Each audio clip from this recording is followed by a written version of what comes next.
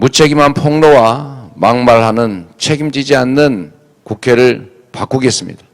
이런 발상에서 청와대 독재가 싹트고 집권당이 청와대의 여의도 출장소로 전락하는 것입니다.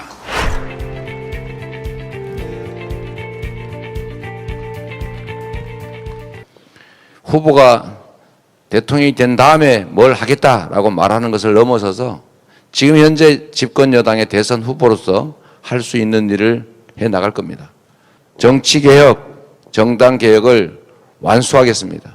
무책임한 폭로와 막말하는 책임지지 않는 국회를 바꾸겠습니다.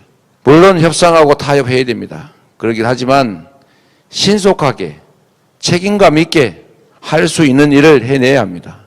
민생 법안들은 발목을 잡더라도 신속하게 입법해 나가겠습니다. 우리 민주당을 바꾸겠습니다. 더 유능하고 더 기민한 정당으로 황골탈퇴하겠습니다. 우리 윤석열 후보께 제안합니다. 윤석열 후보가 말씀하시는 50조 원 지원 약속 저도 받겠습니다. 대신에 당선돼서 하는 게 아니라 지금 당장 할 수 있는 방안을 찾읍시다. 내년 본 예산에 편성해서 윤석열표 50조 원 지원 예산 내년에 미리 집행하면 윤석열 후보 손해보지 않을 거 아닙니까? 지금 이 순간부터 저의 목표는 오직 경제 대통령 그리고 민생 대통령입니다. 국민의 지갑을 채우고 나라 경제를 성장시키는데 모든 역량을 집중하겠습니다. 전환적 성장, 공정 성장을 통해서 기회의 총량을 획기적으로 늘리겠습니다. 세계 시장에서 무한 경쟁하고 있는 우리 기업들이 자유롭게 창의적으로 혁신할 수 있게 지원하겠습니다. 먼저 대통령 후보님의 말씀이 있겠습니다. 안녕하십니까. 저는 충청의 아들이고 충청은 제 고향이나 다름이 없습니다. 역사를 보면 충청은 늘 캐스팅 보트를 쥔 지역이고 대선의 승부처였습니다. 중원인 충청에서 정권교체의 신호탄을 쏘아 올리는 것을 시작으로 승리의 100일 대장정을 나서고자 합니다.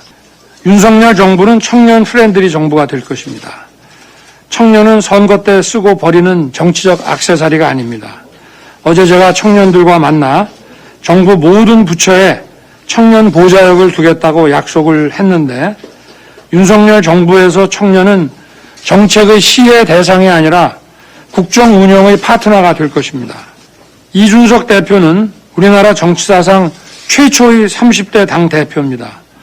그래서 국민의힘은 이미 청년의 당이 됐습니다. 윤석열 정부에서 이런 추세는 이제 불가역적인 현상이 될 것입니다. 제가 후보 확정 이후 그동안 민주당 상대 후보에 대한 비판을 자제해 왔습니다. 그렇지만 오늘은 한국 정치의 발전을 위해 한 말씀 드리려고 합니다. 요즘 이재명 후보는 민주당의 이재명이 아니라 이재명의 민주당이라고 말합니다.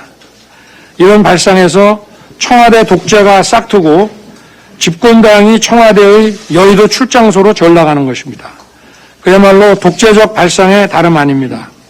저는 국민의힘 대통령 후보고 집권하면 국민의 힘이 배출한 대통령이 될 것이고 제가 대통령 선거 운동도 국민의힘 이 당을 중심으로 하겠다고 말씀을 드렸습니다.